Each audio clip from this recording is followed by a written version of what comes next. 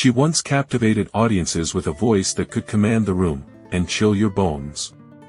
She was the woman behind one of the most terrifying performances in film history, and an Oscar-winning actress who dazzled in the golden age of Hollywood. But behind that powerhouse presence lay shadows even she could not escape. This is the story of Mercedes McCambridge, Hollywood royalty, a woman of fierce talent and ambition, and the mother of a man who would commit one of the most horrific crimes in modern American history. What happened in 1987 would not only shatter her world, it would haunt her legacy forever. Born March 16, 1916, in Joliet, Illinois, Mercedes McCambridge was a star long before the cameras found her. Her voice, her presence, it was undeniable. She began her career in radio in the 1930s, quickly rising through the ranks during the golden era of radio drama. With roles in shows like Lights Out and I Love a Mystery, she became a favorite of the airwaves. But her true breakout came not through sight, but sound. Orson Welles, a genius in his own right, once called her the world's greatest living radio actress. And for good reason. She could become anyone. She could make you weep, laugh, or scream, all with her voice. Her first major film role came in 1949's All the King's Men, where she portrayed Sadie Burke, a hard-edged political operative. The role earned her an Academy Award for Best Supporting Actress, a rare feat for a screen debut. She wasn't beautiful in the traditional Hollywood sense, but her intensity made her unforgettable. She carved a niche for herself, playing women of grit, intelligence, and moral ambiguity. In films like Johnny Guitar alongside Joan Crawford, she held her own and then some. Audiences loved her. Critics adored her. But behind the acclaim, McCambridge's personal life was anything but golden. Mercedes was a devout Catholic, a recovering alcoholic, and a survivor of deeply personal battles. Her struggles with addiction nearly cost her everything, but through organizations like Alcoholics Anonymous, she fought her demons one day at a time. She married William Fifield, a radio producer, and later writer Fletcher Markle. But her relationships were strained. Fame wasn't easy. Neither was motherhood. She had a son, John Markle, born in 1941. Their relationship was complicated from the beginning.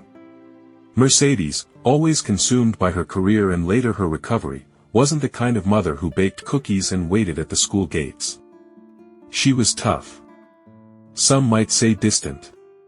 In later interviews, she described herself as someone who had tried, but perhaps failed, to be the mother her son needed. Yet she always supported him financially and emotionally, even when his life took dark turns. She even co-signed loans for him. She gave him money to buy a home. And when he had children of his own, she doted on them. To the public, they were a typical successful family, well-educated, prosperous, with deep cultural roots. But Mercedes had no idea that something sinister was simmering beneath the surface. Let's take a quick detour to what might be her most infamous, and ironic, role. In 1973, McCambridge was cast in The Exorcist, but not in the way you'd expect. She didn't appear on screen. Instead, she provided the demonic voice of Pazuzu, the demon that possesses the young girl, Reagan. She growled. She screamed. She created a terrifying soundscape by chain-smoking, drinking raw eggs, and even tying herself to a chair during recording sessions to induce the real agony that a demon might feel leaving a child's body. She wasn't even originally credited for the role. But when audiences and critics began asking, who made that horrifying sound? The truth came out. And Mercedes McCambridge's reputation soared once again. Ironically, the woman who voiced the demon would soon face a real one. Little Rock, Arkansas, November 16, 1987. It was just another Monday when police were called to the home of John Markle, Mercedes' son. What they found would stun the community, and the nation. John, an executive at the prestigious investment firm Stevens Incorporated, had shot and killed his wife and two daughters, 13-year-old Amy and 9-year-old Suzanne, in cold blood before turning the gun on himself. All four were found dead in their beds. At first, no one understood. Why would a seemingly loving father, Harvard-educated, wealthy, well-connected, murder his family? But as investigators dug deeper, they discovered fraud. Markle had been embezzling from his firm and was about to be exposed. He had forged documents, misrepresented trades, and cost his company millions. And when the walls closed in, he panicked. But here's the twist, one that would rip Mercedes McCambridge's heart in two. They found a note, a suicide letter, 7 pages long, where Markle blamed his mother. He claimed she had pressured him financially. He said she had betrayed him by turning over documents to investigators, possibly unaware of the full picture. He said he could not face shame, nor jail. So he made what he described as a terrible but logical decision. That logic, of course, was madness. Mercedes, now in her 70s, learned of her son's death through the news. The media swarmed. The headlines were merciless: Exorcist voice actress linked to family murder. It was as if all the horror of her fictional demons had clawed their way into her real life. She was devastated. Her granddaughters were gone. Her son, a murderer. Her entire family had been wiped out in a single night.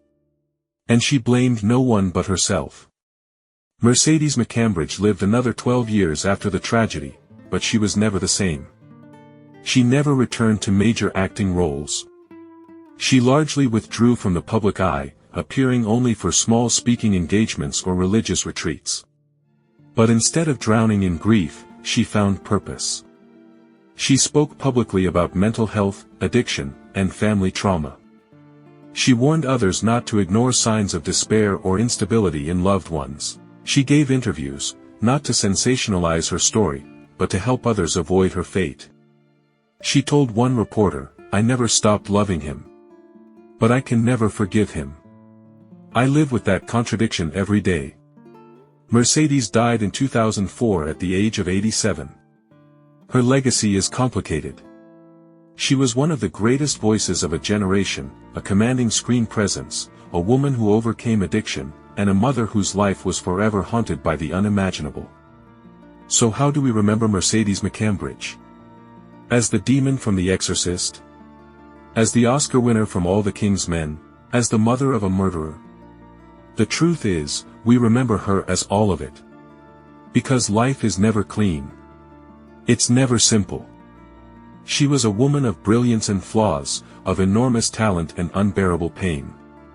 And in her final years, she chose not to run from the truth, but to face it, and share it.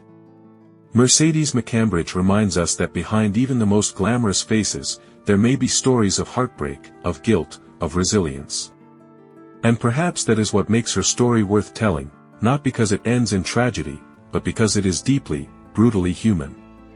She was a voice that could terrify you, but in the end, it was her silence that spoke the loudest.